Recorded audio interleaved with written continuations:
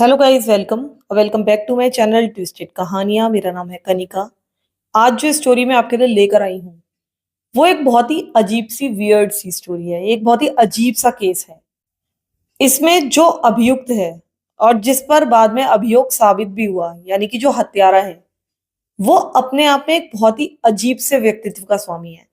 एक तो उसने एक बहुत ही हीनियस क्राइम किया, बाद में अपने उस हीनियस क्राइम को वो बहुत गर्व से स्वीकार करता है और यहां तक कि वो डिफरेंट लोगों को बहुत सारे लेटर्स लिखता है जिसमें वो इस क्राइम के बारे में बिल्कुल विस्तार से बताता है। उसको ऐसा लग रहा था कि उसको सजा मिल चुकी है जितनी मिलनी है, और इसके बाद अब इसका कोई कुछ नहीं बिगाड़ सकता। लेकिन इस केस में ऐसा होता नहीं है। और इस केस के अंत में क्या होता है वो बिल्कुल चौंका देने वाला है। यानी कि ये केस आज तक के मेरे केसेस से बिल्कुल डिफरेंट है और मुझे पूरी उम्मीद है कि आपको ये केस बहुत पसंद आएगा। ये केस है पॉल पॉवेल का, जिसका जन्म हुआ था 13 अप्रैल 1978 के दिन।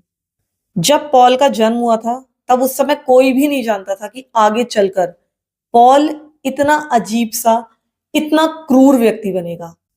पॉल के बचपन के बारे में कुछ ज्यादा जानकारियां मौजूद नहीं है, लेकिन यही लगता है कि इसका बचपन एकदम नॉर्मल था। ये फेयरफैक्स सिटी में पला बड़ा था, जो कि वर्जीनिया में है। अगर मैं आपको इस फेयरफैक्स काउंटी के कुछ आंकड़े बताऊं तो इसके हिसाब से वहां पर इस समय करीब 52.3% व्हाइट पीपल रहते हैं और 9.5% ब्लैक पीपल रहते हैं।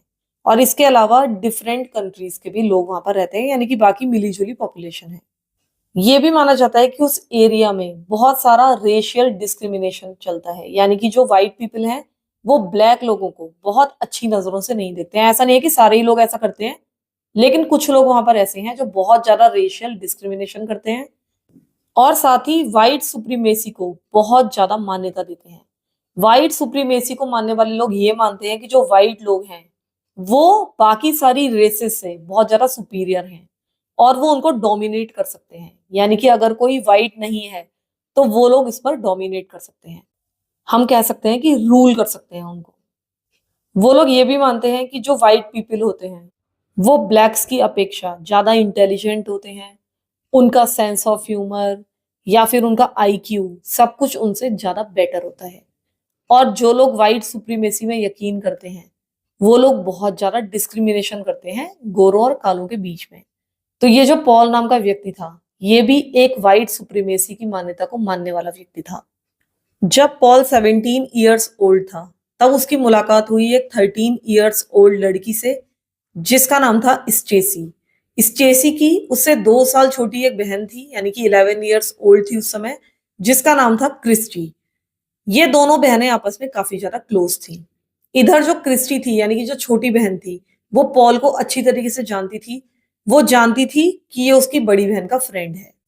पॉल और स्टेसी के बीच में एज डिफरेंस भी था जो कि करीब 4 ईयर्स का था, जो कि उस समय के हिसाब से काफी ज्यादा था। एक 13 ईयर्स ओल्ड लड़की का फ्रेंड 17 ईयर्स ओल्ड होना थोड़ा सा कंसर्निंग है। लेकिन इसके बावजूद भी इनकी दोस्ती पर कुछ खास फर्क नहीं पड़ा। इधर जो पॉल था, ऐसा माना जाता है कि वो स्टेसी को पसंद करता था, उसे उसके ऊपर क्रश था।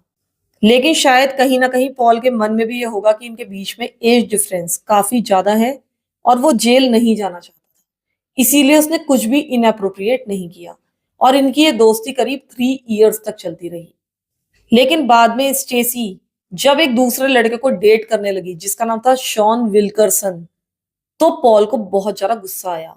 और वो गुस्सा इसलिए ज्यादा आया क्योंकि जो शॉन था वो ब्लैक था। और जैसा कि मैंने आपको बताया, पॉल के हिसाब से जो ब्लैक्स हैं वो निचले दर्जे के लोग हैं और पॉल इसको लेकर बहुत ज्यादा अपसेट था। उसे ऐसा लग रहा था कि स्टेसी रेस मिक्सिंग कर रही है, जो कि उसको बिल्कुल भी पसंद नहीं आया। और स्टेसी के साथ उसका एक लव हेट रिलेशनशिप बनता चला गया। बाद में पॉल कुछ समय के लिए टाउन से बाहर चला गया था, लेकिन वो स्टेसी से तब भी टच में था। इधर जो स्टेसी थी उसकी जिंदगी बिल्कुल नॉर्मल चल रही थी। वो अपना हाई स्कूल कर रही थी, उसकी जिंदगी में सब कुछ अच्छा चल रहा था। उसके बाद उसने जूनियर रिजर्व ऑफिसर की ट्रेनिंग ज्वाइन कर ली और ये ट्रेनिंग इनके अपने ही स्कूल में चल रही थी। वो बाद में मिलिट्री ज्वाइन करने का प्लान कर रही थी। इधर जो उसका बॉयफ्रेंड था शॉन, वो भी स्टेसी के प्लान से बहुत ज्यादा खुश था। वो भी यही प्लान कर रहा था कि आगे चलकर वो भी स्टेसी के साथ मिलिट्री ज्वाइन करेगा। इधर जो पॉल था, जब उसको स्टेसी के प्लान्स पता चले, तो उसको बहुत ज़्यादा गुस्सा आया। उसको पता चल गया था कि स्टेसी और उसका बॉयफ्रेंड शॉन मिलिट्री में एक साथ जाने की सोच रहे हैं, यानी कहीं न कहीं वो ज़िंदगी में साथ रहने की प्लानिंग कर रहे हैं। उसको अब बहुत ज़्यादा गुस्सा आया। उसने सोचा कि मैं स्टेसी से मिलने के लिए आता हूँ। वो 29th ऑफ जनवरी 1999 के दिन स्टेसी से मिलने उसके घर आया। स्टेसी अभी तक 16 इयर्स ओल्ड हो चुकी थी। वो उस दिन स्कूल से अपने घर आई। घर आकर उसने पाया कि उसके घर में पॉल मौजूद है। अब पॉल को उसने ग्रीट किया। वो आपस में सोशलाइज करने लगे, बातचीत करने लगे और पॉल करीब 45 मिनट्स के बाद स्टेसी के घर से चला गया। पॉल उस दिन करीब 12:45 पीएम पर वहां से चला गया था और उसके जाने का रीजन ये था कि स्टेसी ने उसको इन्फॉर्म किया था कि उसकी माँ लोरेन का फियोंसे, जिसका नाम था रॉबर्ट, वो अपने लंच ब्रेक के लिए घर आने वाला है। लेकिन पॉल स्टेसी के साथ अकेले रहना चाहता था, क्योंकि उसके तो इंटेंशन कुछ अलग ही थे। वो तो चाहता था कि ये जो इंटर रेशियल रिलेशनशिप चल रहे हैं स्टेसी और शॉन के बीच में, उनको वो खत्म करवा दे और इसके लिए उसको अकेले में स्टेसी से बात करनी थी। पॉल ने डिसाइड किया था कि वो बाद में, उसी दिन बाद में स्टेसी के घर आएगा। इसके बाद रॉबर्ट के वहां से जाने के बाद पॉल एक बार फिर से स्टेसी के घर पहुंचता है और इस बार उसके बैग में मल्टीपल वेपन्स थे, जिसमें बॉक्स कटर भी था, एक पिस्टल भी थी और भी बहुत सारे अलग अलग तरह के टूल्स थे। इधर जब वो स्टेसी के घर पहुंचा तो स्टेसी उस समय फोन पर शॉन से बात कर रही थी। पॉल ने स्टेसी को फोन पर बात करते हुए देख लिया था। उसको यह भी पता था कि स्टेसी किससे बात कर रही है। बाद में जब स्टेसी ने फोन रख दिया, तब पॉल ने स्टेसी को समझाना शुरू किया कि शॉन के साथ तुम्हारा रिलेशनशिप ठीक नहीं है और तुम्हें ब्रेकअप कर लेना चाहिए। और ये ब्रेकअप तुम्हें अपनी वाइट रेस को बचाने के लिए करना चाहिए। लेकिन स्टेसी ने पॉल से साफ साफ कह दिया कि मैं शॉन से कोई ब्रेकअप करने वाली नहीं हूं। मुझे इससे कोई भी फर्क नहीं पड़ता है कि वो ब्लैक है। अब इस बात पर इन दोनों का झगड़ा होने लगा, इनकी बहस होने लगी और धीरे धीरे जो बहस थी वो फिजिकल फाइट में बदल गई। पॉल ने बताया, ये सब जो भी मैं आपको आगे बताऊंगी ये मैं पॉल के अकॉर्डिंग बताऊंगी कि जो भी उसने अपने बयानों में कहा है। बाद में जो उसने अपने लेटर्स में लिखा वो मैं आपको कहानी के काफी लास्ट में बताऊंगी। तो पॉल ने अपने बयान में बताया कि इसके बाद इनके बीच में फिजिकल फाइट शुरू हो गई। इसके बाद उसने वेपन्स निकाल लिए जो कि उसके बेल्ट में लगे हुए थे और उसने स्टेसी को मारने की कोशिश तो नहीं की थी, लेकिन धक्का मुक्की में उसको चोट लग गई और वो जमीन पर गिर गई। अब ये जो वुंड था वो एक्सीडेंटल था, यानी कि पॉल ने जानबूझकर उसको नहीं मारा था। लेकिन पॉल ने स्टेसी को ठीक करने की, उसको उठाने की बिल्कुल भी कोशिश नहीं की। ना ही उसने हेल्प के लिए कोई कॉल किया। वो बस ऐसे ही वहां पर इधर उधर टहलता रहा, पूरे घर में घूमता रहा और जब उसको कुछ भी समझ में नहीं आया कि वो क्या करे या पता नहीं क्या सोचकर, उसने किचन में जाकर अपने लिए आइस टी तैयार की। उसके बाद वो आराम से वहां बैठकर अपनी आइस टी पीता रहा। इस आइस टी के साथ वो स्मोकिंग भी कर रहा था। थोड़ा समय गुजर गया। उसके बाद वहां पर स्टेसी की सिस्टर क्रिस्टी आई। क्रिस्टी अपने स्कूल से लौटी थी और उस समय करीब 3 पीएम से थोड़ा ज्यादा का समय हो रहा था। उसने फ्रंट डोर खोला। उसने देखा कि पॉल घर में मौजूद है। अब जो क्रिस्टी थी वो स्टेसी को ढूंढने लगी। तब पॉल ने क्रिस्टी को बताया कि स्टेसी उसके रूम में है, यानी कि क्रिस्टी के रूम में है। अब क्रिस्टी कैजुअली चलती हुई अपने बेडरूम में आई, लेकिन उसने देखा कि उसकी जो बहन है वो तो वहां पर मौजूद नहीं है।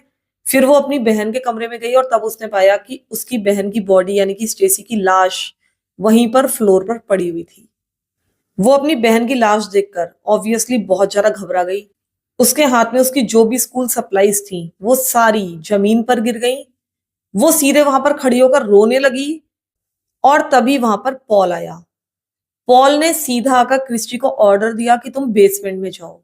अब क्रिस्टी को पता था कि पॉल बहुत ही खतरनाक व्यक्ति है और उसे यह भी पता था कि पॉल के पास हमेशा ही वेपन्स रहते हैं, क्योंकि पहले भी उसने देखा था कि जो पॉल था वो हमेशा अपने साथ कोई ना कोई हथियार रखता था। अब क्रिस्टी को अपनी जान की भी बहुत ज्यादा चिंता थी। उसे पता था कि मैं भी अपनी सिस्टर की तरह मारी जा सकती हूँ और वो अपनी बहन की तरह मरना नहीं चाहती थी। वो सीधा बेसमेंट में गई। पॉल ने क्रिस्टी को ऑर्डर किया कि अपने सारे के सारे कपड़े रिमूव करो और फ्लोर पर लेट जाओ। क्रिस्टी ने उसकी कमांड्स को माना। उसने अपने कपड़े रिमूव किए और फर्श पर लेट गई। अब पॉल क्रिस्टी के ऊपर बैठ गया और उसको असॉल्ट करना शुरू कर दिया। क्रिस्टी ने उसको बहुत ज्यादा मिन्नतें की कि मुझे छोड़ दो और ये भी कहा कि मुझे मारना मत। इसी असॉल्ट के दौरान क्रिस्टी का एक फ्रेंड मार्क मार्क लिविस इनके घर पर आ गया और फ्रंट डोर पर नॉक करने लगा। अब ये सुनकर पॉल बहुत ज्यादा घबरा गया था। उसने सीधा क्रिस्टी को छोड़ा। उसने क्रिस्टी के हाथ उसी के शू लेसेस से पीठ के पीछे बांध दिए। ये शू लेसेस उसने क्रिस्टी के ही जूतों में से काट कर निकाले थे। इसके बाद पॉल ने फटाफट अपने कपड़े पहने, अपस्टेयर्स गया, फ्रंट डोर खोला और मार्क को ग्रीट किया। उसने बताया कि क्रिस्टी घर में नहीं है, जो कुछ भी उसने बहाने किए होंगे। लेकिन बेसमेंट से कमोशन की आवाजें आ रही थी जो कि मार्क ने कहीं ना कहीं सुन ली थी, लेकिन शायद उसको कोई भी शक नहीं हुआ। इधर जो क्रिस्टी थी उसने किसी तरीके से अपने हाथ उन शूलेसेस से फ्री कर लिए थे। अपने आप को उन शूलेसेस से फ्री करके वो बेसमेंट में एक हाइडिंग स्पॉट पर जाकर छुप गई। और ये जो उसका हाइडिंग स्पॉट था ये बेसमेंट की सीढ़ियों के नीचे था। अब मार्क वहां से वापस जा चुका था। पॉल ने दरवाजा बंद कर लिया था और उसके बाद वो डाउनस्टेयर्स आता है बेसमेंट की तरफ। अब पॉल की जब कदमों की आवाजें क्रिस्टी सुनती है तो वो समझ जाती है कि वो यहाँ पर ज्यादा समय तक छुप नहीं पाएगी, वो मुझे ढूंढ ही लेगा। अब क्रिस्टी वहां से निकलती है और जहां पर वो पहले लेटी हुई थी वहीं पर जाकर लेट जाती है। पॉल वहां पर लौट कर आता है, लेकिन वो नोटिस कर लेता है कि क्रिस्टी के हाथ जैसे कि वो बांध कर गया था वो अभी बंधे हुए नहीं है, वो फ्री है। पॉल को ये देखकर बहुत ज्यादा गुस्सा आता है। जो शूलेस इसने काट कर नीचे फेंकी थी वो उसको उठाता है और क्रिस्टी का गला उससे घोटने लगता है। इतनी बुरी तरीके से उसका गला घोटता है कि क्रिस्टी वहां पर बेहोश हो जाती है। शायद पॉल को ऐसा लगता है कि क्रिस्टी की मौत हो गई है।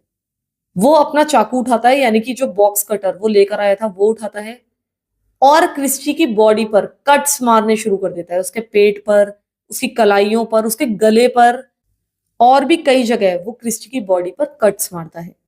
अब तक पॉल को यकीन हो चुका था कि स्टेसी और क्रिस्टी दोनों ही मारे जा चुके हैं। वो ऊपर जाता है और जाने से पहले वो अपने लिए एक और आइस टी बनाता है और उसके बाद वहां से निकल जाता है। यहां से निकलने के बाद पॉल अपने एक फ्रेंड के साथ कोलंबिया डिस्ट्रिक्ट चला जाता है और वहां जाकर वो आराम से कोकीन वगैरह लेने लगता है। इधर इस बीच जब रॉबर्ट अपने घर वापस लौटता है करीब 4 PM पर, तब उसे घर के अंदर से क्रिस्टी के चीखने की आवाजें सुनाई देती हैं जो कि बेसमेंट से आ रही थी। वो तुरंत भागता हुआ बेसमेंट में जाता है। वो देखता है कि क्रिस्टी की हालत बहुत ज्यादा खराब है और वो बहुत ही मुश्किल से ही होश में थी, यानी कि बिल्कुल मरने की कगार पर खड़ी हुई थी। वो 911 को फोन करता है। इमीडिएटली वहां पर मेडिकल हेल्प पहुंच जाती है। इसके साथ ही जो रॉबर्ट था वो क्रिस्टी की बहुत ज्यादा मदद करने की भी कोशिश करता है। जो कुछ भी फर्स्ट एड वो दे सकता था वो क्रिस्टी को देता है और किसी तरीके से क्रिस्टी की जान बच जाती है। जब वो क्रिस्टी की यह हालत देखता है तो वो स्टेसी को भी ढूंढता है और स्टेसी की लाश उसे स्टेसी के कमरे में मिल जाती है। अब रॉबर्ट बहुत ही ज्यादा घबरा चुका था। उसके घर में एक कत्ल हो चुका था और देखा जाए तो क्रिस्टी को भी करीब करीब मार ही डाला गया था। जब पैरामेडिक्स आते हैं तब क्रिस्टी की हालत बहुत ज्यादा खराब थी, लेकिन उसे ऐसा लग रहा था शायद कि वो मारी जाएगी, इसलिए किसी तरीके से वो अपने और अपनी बहन के अटैकर का नाम इनको बता देती है और ये नाम था पॉल का। अब ऑफिसर्स बिल्कुल भी टाइम वेस्ट नहीं करते हैं। वो पॉल का पता तुरंत ही लगाते हैं और उसको अरेस्ट कर लेते हैं। जिस समय उसको अरेस्ट करते हैं वो अपने एक फ्रेंड की गर्लफ्रेंड के घर पर था और ये कोलंबिया डिस्ट्रिक्ट में ही था। इधर क्रिस्टी की जो कंडीशन थी वो बहुत ही ज्यादा खराब थी, इतनी ज्यादा खराब कि उसको एयर एम्बुलेंस से दूसरे शहर भेजा गया। थैंकफुली क्रिस्टी को बचाया जा सका। उसकी एक मेजर आर्टरी कटने से बाल बाल बच गई थी। वो सिर्फ 1 सेंटीमीटर दूर थी जहां पर उसको पॉल ने कट मारा था। फिलहाल क्रिस्टी इस अटैक से सरवाइव कर चुकी थी और जो स्टेसी थी उसकी ऑटोप्सी हो चुकी थी। इसकी ऑटोप्सी से पता चला कि स्टेसी की मौत हुई थी एक ऐसे घाव से जो कि उसके दिल पर किया गया था। पॉल ने चाकू मारकर स्टेसी के हार्ट को एक तरह से पंचर कर दिया था और यह भी पता चला था कि ये जो वेपन था जो कि उसने उसके हार्ट में मारा था, हार्ट में अच्छी तरीके से अंदर तक मारने के बाद उसने थोड़ा सा उस वेपन को बाहर निकाला था और एक बार फिर से उसके हार्ट पर वार किया था। इधर पॉल ने तो अपनी गवाही में यह कहा था कि गलती से ये चोट लग गई थी, लेकिन क्योंकि ये वेपन फिर से निकालकर और फिर से मारा गया था तो ये पॉल के एकदम अगेंस्ट चला जाता है। साथ ही ये भी पता चला कि स्टेसी ने मरने से पहले बहुत ज्यादा स्ट्रगल किया था। उसने पॉल के साथ बहुत ज्यादा लड़ाई की होगी क्योंकि उसके पूरे शरीर पर वुंड्स थे और नील के निशान थे, यानी कि ब्रूसेस थे। उसके सर पर, चेस्ट पर, पेट पर, पीठ पर, हाथों पर, पैरों पर, फेस पर, फोर आर्म्स पर, हर जगह चोट के नील के निशान थे। यानी कि वो हर तरह से संघर्ष कर रही थी और साथ ही उसके सिर के अंदर भी ब्लीडिंग हो रही थी। लेकिन स्टेसी की मौत तो उस वुंड के कारण ही हुई थी जो कि उसके हार्ट पर किया गया था। अब डिटेक्टिव्स ने पॉल के पास जो हथियार थे उनको टेस्ट किया गया। उनमें से काफी सारे हथियारों पर स्टेसी का डीएनए पाया गया, उसका ब्लड पाया गया। इसके अलावा जब क्रिस्टी की वेजाइनल कैविटी की जांच की गई तो ये पता चला कि पॉल का डीएनए उसके अंदर मौजूद है। इससे सेक्सुअल असॉल्ट साबित हो चुका था। इसके बाद 30 जनवरी 1999 के दिन पॉल को प्रिजन भेज दिया गया, यानी कि मर्डर के अगले ही दिन उसको प्रिजन भेज दिया गया। उस समय उसकी उम्र थी 20 ईयर्स। पॉल ने जेल से बहुत सारे फ्रेंड्स को बहुत सारे लेटर्स लिखे, एसोसिएट्स को लेटर्स लिखे और उनको ये बताया इन लेटर्स में कि उसने ये सारी चीजें स्टेसी के साथ और क्रिस्टी के साथ वाकई में की हैं। साथ ही उसने ये भी लिखा कि स्टेसी के क्योंकि एक ब्लैक मैन के साथ संबंध थे, दोस्ती थी और इस कारण से उसने स्टेसी के ऊपर अटैक किया था। इन लेटर्स में वो ये भी लिखता था कि भले ही उसने सेक्सुअल असॉल्ट किया है एक लड़की का, एक मर्डर भी किया है, लेकिन फिर भी वो उस ब्लैक मैन से बहुत ज्यादा बेहतर है।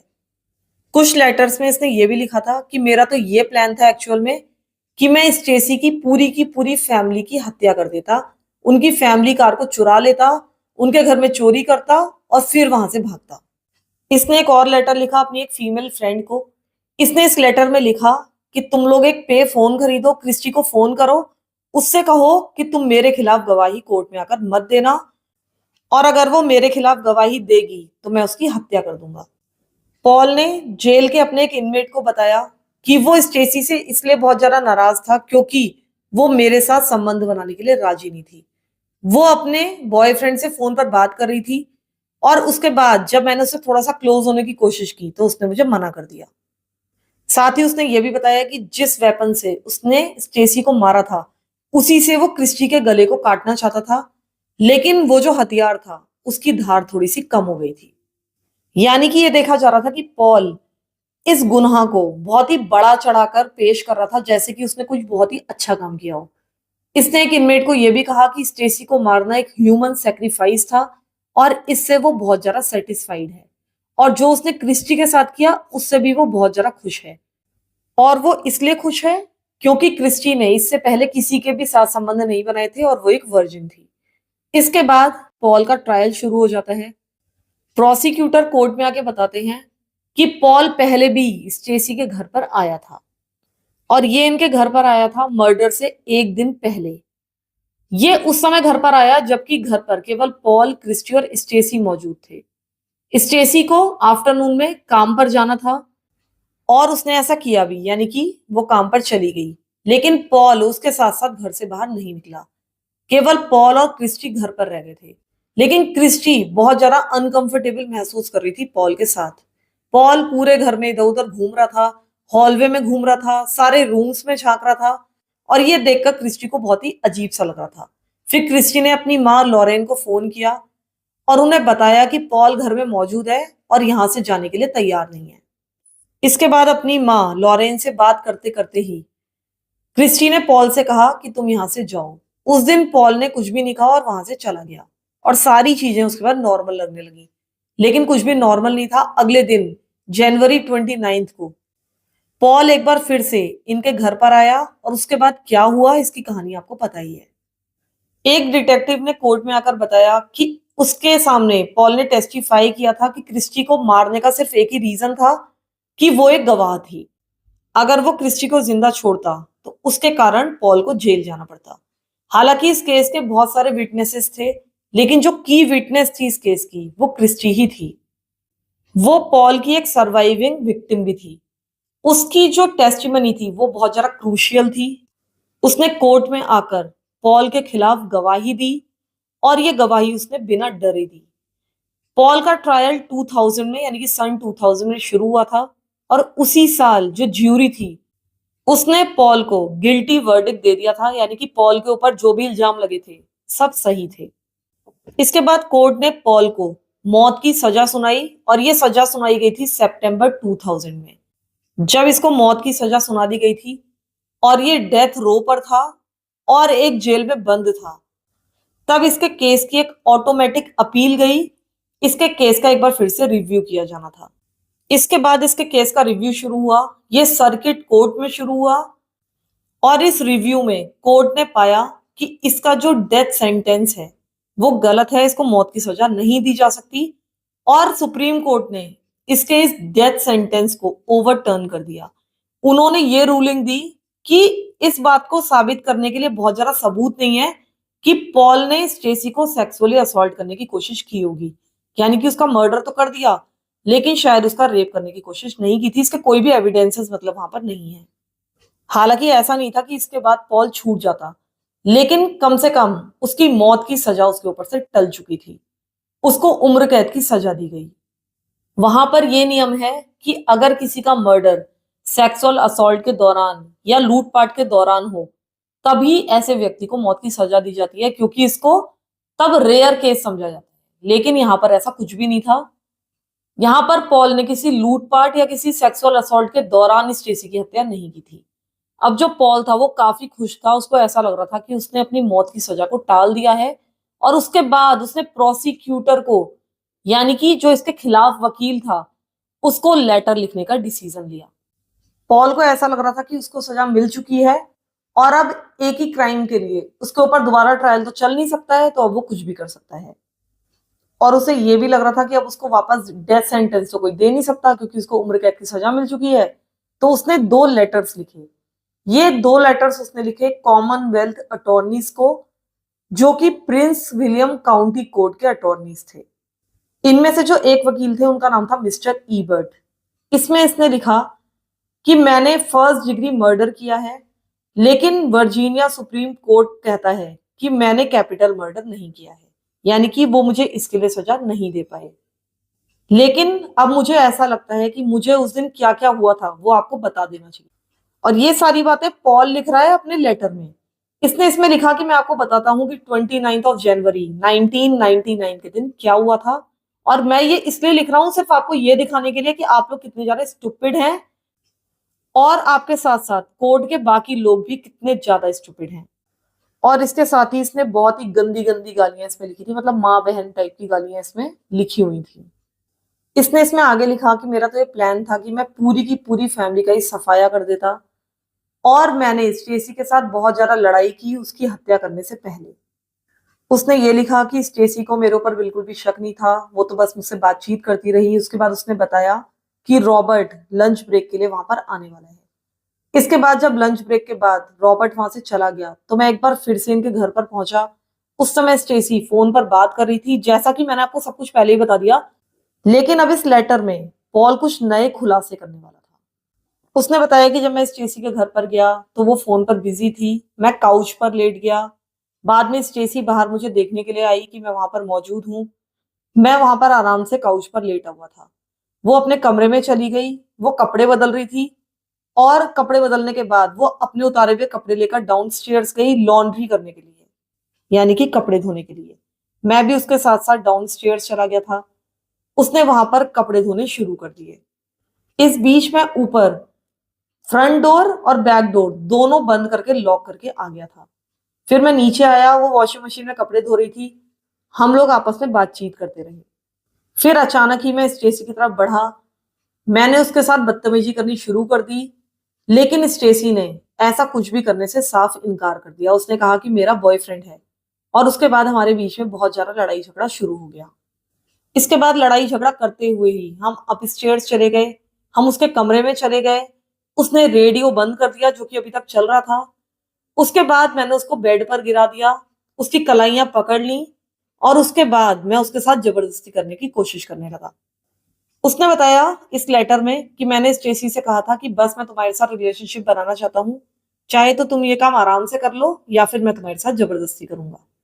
लेकिन उसने मेरे साथ लड़ाई झगड़ा करना शुरू कर दिया। वो बहुत बुरी तरीके से मेरे साथ फाइट कर रही थी। उसके बाद मैंने उसको जमीन पर पटक दिया। वो जोर से फर्श से टकरा गई। मैं उसके ऊपर बैठ गया। उसके हाथ पूरी तरह से पिन डाउन कर दिए और एक बार फिर से उससे कहा कि मेरे साथ संबंध बना लो, वरना मैं तुम्हें इस बार मार डालूंगा, यानी कि तुम्हारी हत्या कर दूंगा। लेकिन वो बार-बार बस मुझसे ये पूछ रही थी कि तुम ऐसा क्यों कर रहे हो, ऐसा क्यों कर रहे हो? उसने मुझे धक्का दिया और उठकर खड़ी हो गई। एक बार फिर से मैंने उसके साथ फाइट किया, उसको मारना शुरू किया और उससे कहा कि तुम अपने कपड़े उतारो। फाइनली वो मेरी बात मान गई। उसने अपना ट्राउज़र नीचे किया, अपनी एंकल्स तक किया और शायद वो मान जाती, लेकिन अचानक से ही उसका फ़ोन बजने लगा। जैसे ही उसने फ़ोन की आवाज़ सुनी, उसने अपनी पैंट्स या अपना ट्राउज़र वापस पहन लिया और उसने कहा कि मुझे फ़ोन उठाना पड़ेगा, लेकिन मैं किसी को भी नहीं बताऊँगी कि तुम यहाँ पर हो या क्या कर रहे हो। लेकिन मैंने साफ मना कर दिया कि नहीं, तुम ऐसा नहीं कर सकती। मैंने उसे फ़ोन नहीं उठाने दिया और कहा कि अपने कपड़े उतारो। लेकिन इस बार स्टेसी ने रूम से बाहर भागने की कोशिश की। मैंने उसको पकड़कर वापस खींचा और इस बार मैंने अपना नाइफ बाहर निकाल लिया था। ये नाइफ मैंने केवल उसको डराने के लिए निकाला था, मैं उसको मारने वाला नहीं था। लेकिन वो बार-बार वहाँ से भागने की कोशिश कर रही थी और ये देखकर मुझे बहुत ज़्यादा गुस्सा आ गया। इस बार मैंने सीधे चाकू उठाया और सीधा उसकी छाती पर स्टैब कर दिया। जब मैंने स्टेसी को चाकू मारा, तो वो दरवाजे से जाकर टकराई और उसके चेहरे पर बहुत ज़्यादा शॉक था। उसको विश्वास ही नहीं हो रहा था कि मैंने वाक़ई में उसको चाकू मार दिया है। इसके बाद वो कुछ कदम चली, लड़खड़ाई और ज़मीन पर गिर गई। मैंने पाया कि वो तब भी साँस ले रही थी। मैं उसकी बॉडी के पास खड़ा रहा, उसको देखता रहा और उसके बाद मैंने अपना पैर उसके गले पर रखा और ज़ोर से अपने पैर से उसका गला दबाने लगा, ताकि वो साँस ना ले पाए। इसके बाद मैं रूम से बाहर निकला, मैंने अपने लिए आइस टी बनाई, काउच पर बैठ गया, सिगरेट पीने लगा और उसके बाद क्या-क्या हुआ वो आपको पता ही है। वहाँ पर क्रिस्टी आ गई थी और इसके बाद इसने क्रिस्टी के ऊपर अटैक किया था। इस लेटर में पॉल आगे लिखता है कि मैं आपको थैंक यू बोलना चाहता हूँ कि आपने मेरी लाइफ बचा ली, मेरी ज़िंदगी बच गई, कम से कम मुझे मौत की सज़ा नहीं मिली। और शायद आपको ये सुनकर आश्चर्य हो रहा होगा कि आपने मेरी जान कैसे बचाई? तो मैं अब आपको बता देता हूँ। उसने कहा कि आपने कभी भी इस मर्डर को कैपिटल मर्डर का नाम नहीं दिया, आपने सेक्सुअल असॉल्ट का एंगल कभी भी इस केस में जोड़ा ही नहीं और यही मेन कारण था कि मेरी मौत की सज़ा टल गई और मुझे उम्र कैद मिली। पॉल ने इस लेटर में आगे लिखा कि मैंने ये सारी बातें कभी भी अपने बयान में बताई नहीं थी। मुझे पता था कि स्टेसी की मौत को मैं छुपा नहीं सकता क्योंकि वो तो मरी चुकी थी। लेकिन उस समय घर पर और कोई भी मौजूद नहीं था और मुझे पता था कि ये सारी बातें अगर मैं नहीं बताऊंगा तो किसी को भी पता नहीं चलेंगी और इस कारण से ये बातें मैंने छुपा ली थी। पॉल ने आगे लिखा कि सुप्रीम कोर्ट ने डिसीजन दिया है कि मैं कैपिटल मर्डर का गिल्टी नहीं हूँ। मुझे मौत की सजा नहीं दी जा सकती। इसी कारण से आज ये बातें मैं आपको बता रहा हूँ। अब मुझे अपनी डेथ पेनल्टी की कोई भी चिंता नहीं है, लेकिन तुम अपने आप को शायद ज़्यादा स्मार्ट समझ रहे होंगे और इसी कारण से मैं तुम्हें ये सारी बातें बता रहा हूँ, लेकिन अब तुम कुछ नहीं कर सकते। अब बहुत देर हो चुकी है। तुम तो एक बहुत ही मोटे, बुड्ढे, पागल आदमी हो। इस तरह की बातें उसने इस लेटर में पूरी लिखी हुई थी। पॉल ने लिखा था कि तुमने मुझे 50 टू 60 इयर्स की सज़ा सुना दी है। यहाँ पर मैं बहुत ज़्यादा सफ़र करूँगा, लेकिन मैं तुम्हें भी चैन से जीने नहीं दूँगा। इसमें इसने लिखा था कि ये सारे के सारे मोमेंट्स तुम्हें फिर से याद आएँगे, उनकी फैमिली को फिर से याद आएँगे और तुम इन पलों को एक बार फिर से जियोगे और तुम्हें बहुत ज़्यादा कष्ट होगा। साथ ही इनके भगवान को भी इसने बहुत ज़्यादा गालियाँ लिखी थी, पता नहीं क्या-क्या लिखा था। इसके अलावा पॉल ने एक और लेटर लिखा था इसी अटॉर्नी को, इसमें इसने लिखा था कि मैं तो अब मरने वाला नहीं हूँ, लेकिन अगर मैं किसी तरीके से जेल से बाहर आ जाऊँ, तो मैं सारे के सारे ब्लैक लोगों को मार दूँगा, सारे ज्यूज़ को मार दूँगा और तुम्हें भी मार दूँगा, क्योंकि भले ही तुम व्हाइट हो लेकिन तुम एक ज्यू हो। इसमें इसने ये भी लिखा था कि तुम हेल में जाओगे, तुम नरक की आग में सड़ोगे और पता नहीं क्या-क्या लिखा हुआ था। इसके अलावा पॉल की इतनी हिम्मत थी कि उसने स्टेसी की माँ को भी एक लेटर लिखा था, यानी कि लॉरेन को। जिस एनवेलप में पॉल ने ये लेटर भेजा था, उसमें एक फोटोग्राफ भी थी एक पार्शियली न्यूड औरत की। इस लेटर में पॉल ने लॉरेन को लिखा था कि शायद ये फोटो देखकर आपको किसी की याद आ जाए। मैंने ये पिक्चर एक मैगजीन में देखी थी और इसे देखकर मुझे किसी की याद आ रही थी। मैंने ये फोटो आपको इसलिए भेजी है कि हो सकता है कि उस व्यक्ति का नाम याद दिलाने में आप मेरी हेल्प कर पाएँ। मुझे ऐसा लगता है कि इस व्यक्ति की शक्ल यानी कि इस लड़की की शक्ल किसी से मिलती है। अगर आपको याद आ जाए तो मुझे ज़रूर बता दीजिएगा और अगर याद ना आए तो ये फ़ोटो आप क्रिस्टी को भी दिखा दीजिएगा, क्योंकि हो सकता है कि इस व्यक्ति की फ़ोटो देखकर यानी कि इस सेमी न्यूड लड़की की पिक्चर देखकर क्रिस्टी को उस व्यक्ति की याद आ जाए जिसके बारे में बात कर रहा हूँ।